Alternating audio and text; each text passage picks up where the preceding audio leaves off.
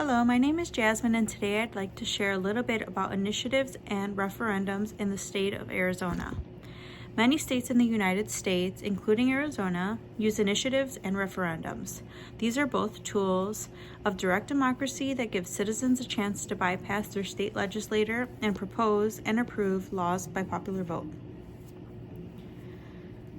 I'll start by discussing initiatives. An initiative is a proposal to change a current law or create a new law. Initiatives are originated by citizens and they are added onto ballots for a direct vote. An initiative is initiated when a certain amount of registered voters in a specific state sign a petition to support the proposed law or make a change to it. Next, a referendum is a popular vote on an already current law or a decision that is made by the state legislature or local government. Arizona has two types of referendums. First, a referendum on a legislative matter and a referendum on a vetoed measure.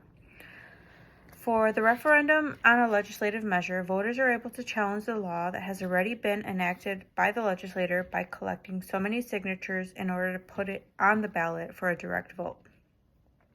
For the referendum on a vetoed measure, voters can try overturning vetoes that their governor makes on laws that are passed by legislators by collecting enough signatures to put it on the ballot for a direct vote. Voters are then able to accept or reject the measure in question.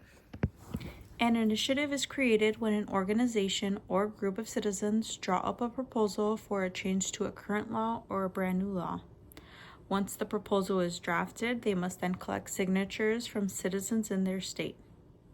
The total amount of signatures needed depends on the state or the nature of the proposal.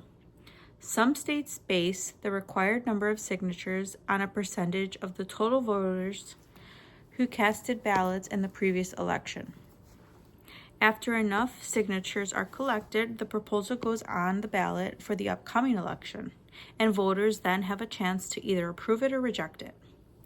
To create a referendum, citizens have to determine a decision or law made by the state legislature or local government that they wish to challenge or approve.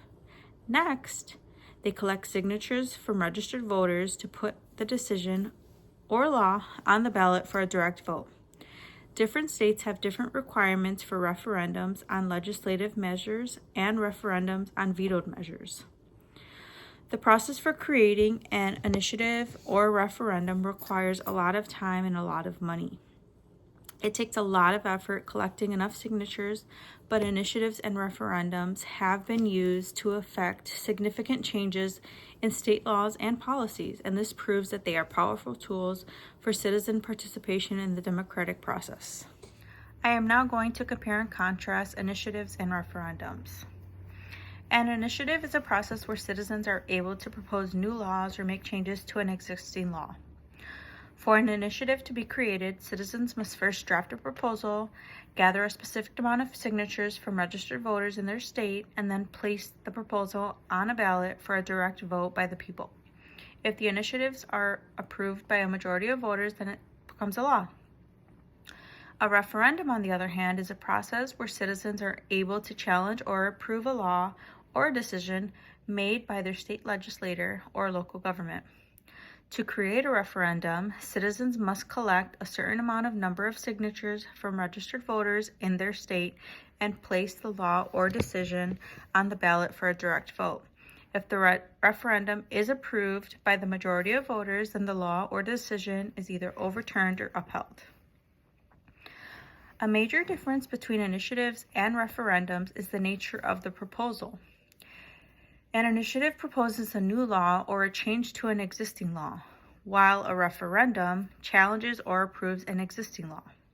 The process for creating initiatives and referendums also differ, as initiatives require citizens to draft a proposal and gather signatures, while a referendum requires the citizens to gather signatures and then they challenge or approve an existing law or decision. Another difference is the level of the involvement by the state legislator or the local government. Initiatives are created solely by citizens and bypass the legislative process, while referendums challenge or approve decisions made by legislators or the local government. In terms of their impact, initiatives and referendums can both have significant effects on the law and policies of a state or local government. Initiatives can create new laws or amend existing ones, while referendums can overturn or uphold existing laws or decisions made. Overall, while initiatives and referendums are similar in the way that they allow citizens to participate in the lawmaking process, they differ in their purposes, creation processes, and their impact on the law. I'd like to move on to discuss advantages and disadvantages of both initiatives and referendums. So first, I'm going to start with the advantages of initiatives, and these include: initiatives allow citizens to participate directly in the lawmaking process, and they have a direct impact on issues that they actually care about. They can also create new laws or amend existing ones, and they'll bypass the state legislature if necessary. Initiatives can be used to address issues that the legislature has ignored, they have failed to address, or they're just not impacted by. Next is the disadvantages of initiatives, and these include: initiatives can be expensive and time-consuming. They require significant resources and support from organizations and individuals. The language of initiatives can be confusing and misleading, and this leads to unintended consequences or confusion amongst voters. Now I'm going to be moving on to the advantages that referendums include. So starting off with the first point, referendums allow citizens to challenge or approve laws and decisions made by state legislators and their local governments. They provide a way for citizens to hold their elected officials accountable and participate in decisions that affect them. Referendums can provide a way to resolve continuous issues that the legislators have been unable to resolve. Now, for the disadvantages of the referendums. These include: referendums can be used to overturn laws that have already been passed, which can be confusing and costly. The language of the referendums can be confusing or misleading, and then this can lead to unintended consequences and then just confusion amongst voters. Initiatives and referendums are two tools of direct democracy that allow citizens to participate directly in the legislative process. In Arizona, these mechanisms are outlined in the state's constitution, and they provide a way for the citizens to propose and vote on laws as well as make changes to the constitution. While these tools provide an avenue for citizens' participation and they can help to promote democratic engagement, they also have some drawbacks. These drawbacks include potential of influence from special interest groups or complex issues to be oversimplified on the ballots.